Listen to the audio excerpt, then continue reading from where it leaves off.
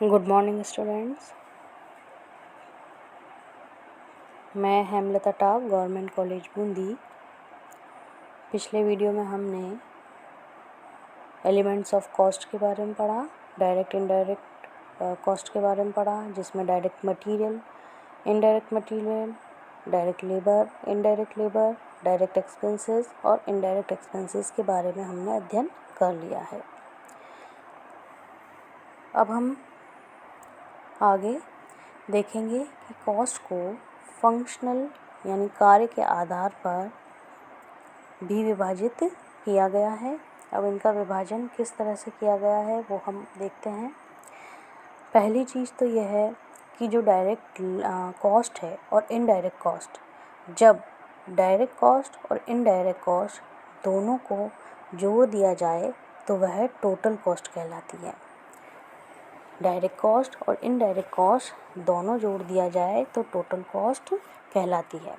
इसे हम इस तरह से भी देख सकते हैं कि कुल लागत equals to direct cost plus indirect cost, या कुल लागत बराबर प्रत्यक्ष सामग्री प्लस प्रत्यक्ष श्रम प्लस प्रत्यक्ष व्यय प्लस ऊपरी व्यय।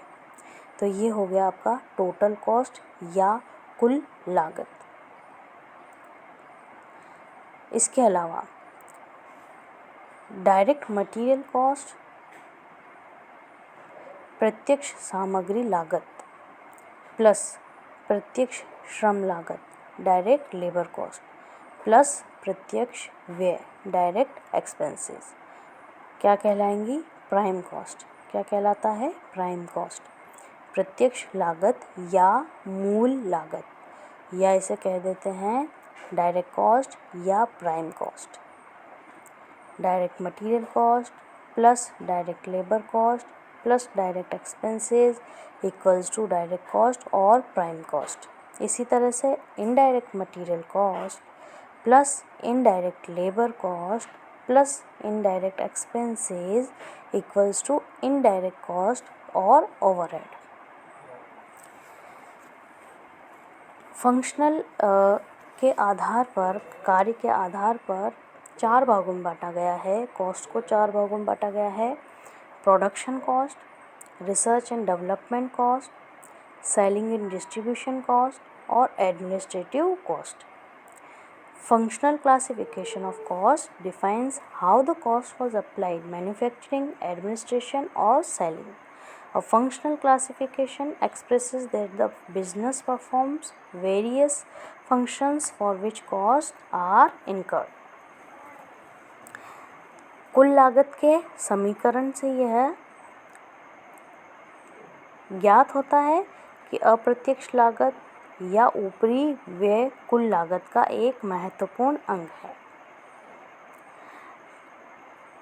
वस्तुओं का निर्माण तथा विक्रय करने वाली व्यावसायिक संस्था का कार्यात्मक विभाजन, फंक्शनल डिवीज़न, उसके प्रमुख कार्यों, मेन फंक्शंस के आधार पर किया जाता है। अब 4 प्रमुख फंक्शंस हो गए। कौन कौन से हो गए? एक तो हो गया प्रोडक्शन फंक्शन, एक हो गया एडमिनिस्ट्रेशन फंक्शन, एक हो गया सेलिंग फंक्शन और डिस्ट्रीब्यूशन फंक्शन। उत्पादन कार्य भी 2 वर्गों में विभक्त कर दिया जाएगा, वास्तविक उत्पादन कार्य और सेवा कार्य। अब उत्पादन कार्यों में लगे लागत केंद्रों को उत्पादन या लागत केंद्र कहते हैं और इन लागत केंद्रों के लिए सामग्री, श्रम तथा व्यय की लागत प्रत्यक्ष लागत कही जाती है। उत्पादन कार्य में सहायता एवं सेवाएं प्रदान करने वाले विभागों तथा उपविभागों को सेवा विभाग या सेवा लागत केंद्र कहते हैं। सेवा लागत केंद्र संस्था के कारखाने या फैक्ट्री के ही अंग होते हैं और उनके द्वारा प्रदान की गई सेवाएं उत्पादन कार्य के परिचालन के लिए आवश्यक होती है, परंतु इन सेवा लागत केंद्रों के व्यय का लाभ अनेक उत्पादन या लागत केंद्र या लागत इकाइयों द्वारा वहन किया जाता है। अतः इनके व्यय उत्पादन लागत केंद्रों अथवा लागत इकाइयों के लिए किए गए व्यय अप्रत्यक्ष व्यय या ऊपरी व्यय होते हैं। इसके अलावा प्रशासन कार्य भी उत्पादन कार्य के परिचालन के लिए एक सहायक परंतु महत्वपूर्ण अप्रत्यक्ष कार्य है। अतः इस कार्य के लिए किए गए व्यय भी ऊपरी व्यय माने जाते हैं। इसी तरह से विक्रय तथा वितरण पर संस्था का ये भी दूसरा प्रमुख कार्य है। संस्था का सर्व प्रमुख कार्य जो वस्तुओं का उत्पादन अथवा निर्माण करना है और इस कार्य का विस्तार ही विक्रय एवं वितरण कार्य है। अतः इस कार्य को उत्पादन कार्य का सहायक कार्य तथा इससे संबंधित व्ययों को ऊपरी व्यय माना जाता है और इस आधार पर अप्रत्यक्ष लागत या ऊपरी व्यय को भी उपवर्गों में बांटा जा सकता है। अब प्रोडक्शन और manufacturing cost are all production cost incurred to manufacture the products and to bring them to a sellable condition, including direct material, direct labor and indirect manufacturing और factory overhead। ऐसे व्यय जो रॉ मटेरियल से finished goods में उसको convert कर देते हैं और जो प्रत्यक्ष रूप से इस कार्य में लगे हैं वह सभी फैक्ट्री ओवरहेड में सम्मिलित होंगे, जो कि डायरेक्ट मटेरियल है, डायरेक्ट लेबर है और डायरेक्ट एक्सपेंसेस हैं।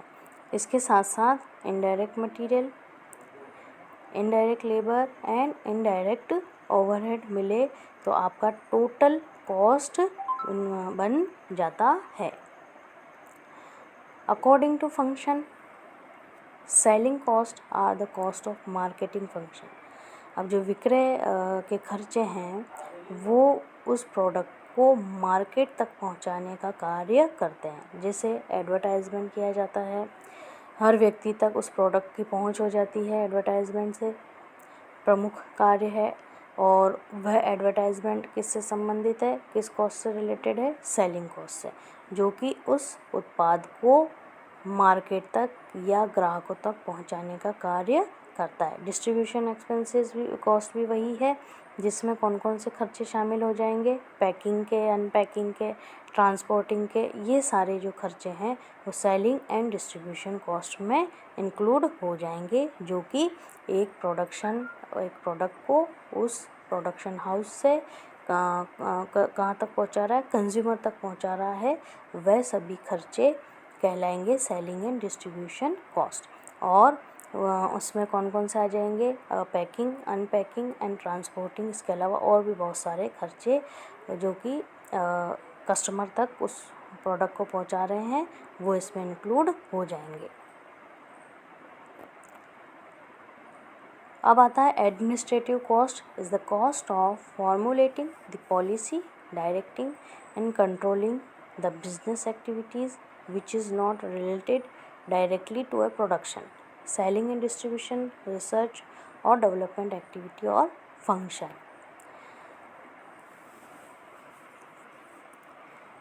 कारखाने पर जो लगने वाले हैं खर्चे, कारखाने में प्रत्यक्ष सामग्री, प्रत्यक्ष श्रम और प्रत्यक्ष व्यय के अतिरिक्त अन्य ऐसे व्यय भी होते हैं जिनका संबंध कारखाने के परिचालन से होता है।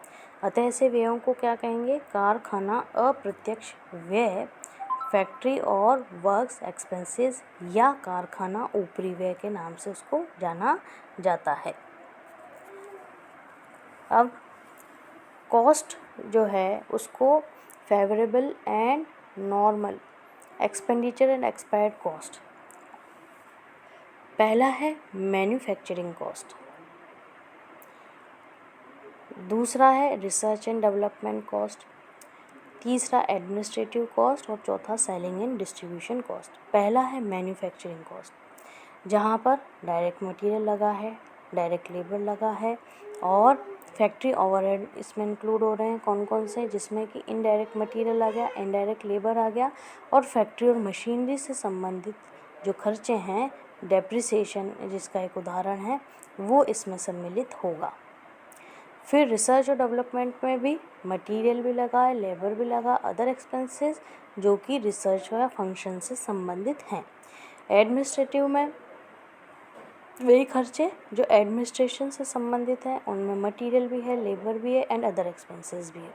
इसी तरह से सेलिंग एंड डिस्ट्रीब्यूशन में भी material, labour and other expenses जो कि क्या है, रिलेटेड है सेलिंग फंक्शन से संबंधित हैं, वो इसमें सम्मिलित किए जाएंगे।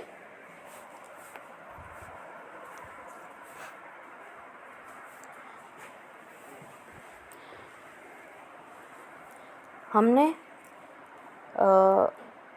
इनडायरेक्ट मटेरियल के कुछ उदाहरण देख लिए थे, इनडायरेक्ट लेबर के देख लिए थे और इनडायरेक्ट एक्सपेंसेस के देख लिए थे।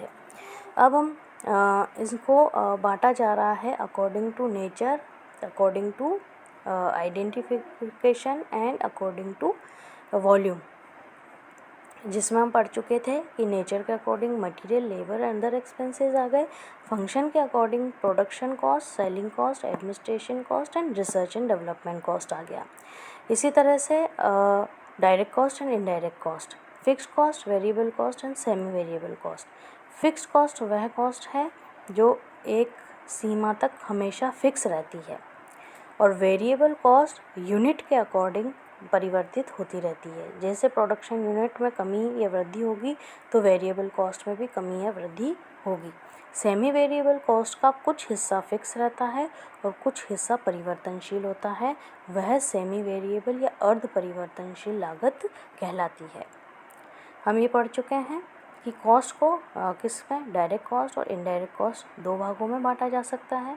डायरेक्ट कॉस्ट भी हम अभी पढ़ चुके हैं कि डायरेक्ट कॉस्ट कौन सी कॉस्ट है, the expenses that can be completely attributed to the production or cost center.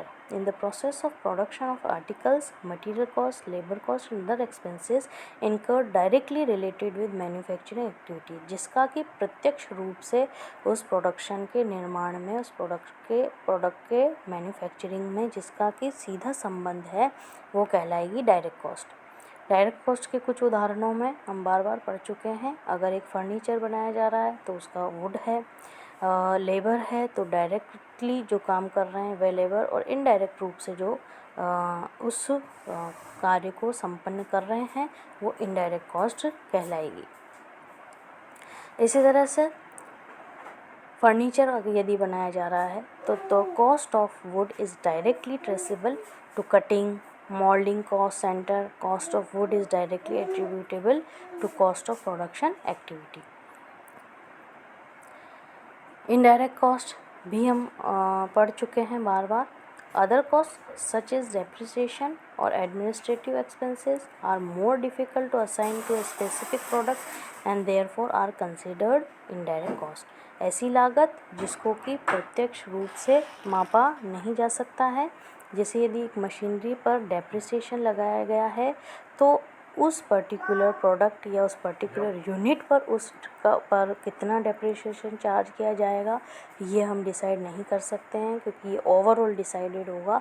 तो इस तरह से जिन खर्चों को अलग से बांटा नहीं जा सकता है, जिसको मापा नहीं जा सकता है, तो लेकिन उसका उस प्रोडक्शन में, उस प्रोडक्ट को निर्माण में जिसमें सहायक भूमिका है, तो वो कहलाई इनडायरेक्ट कॉस्ट।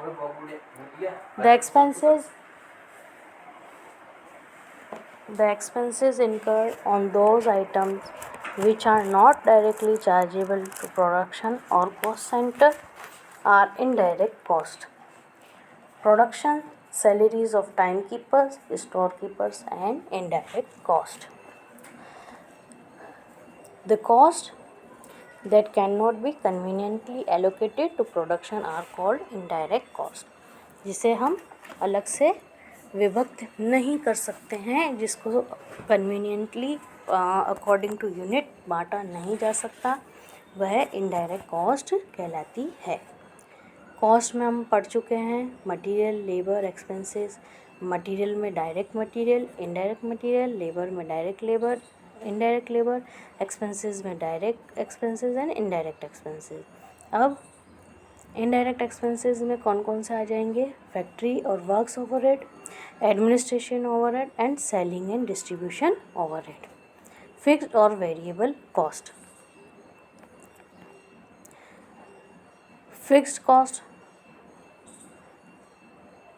वह कॉस्ट है जो एक निश्चित सीमा तक स्थिर रहती है जबकि variable cost according to unit production unit में यदि कमी है तो वेरिएबल कॉस्ट में कमी आ जाएगी, और यदि कॉस्ट में यूनिट में यदि वृद्धि की जा रही है तो खर्चों में भी वृद्धि या वेरिएबल कॉस्ट भी बढ़ जाती है।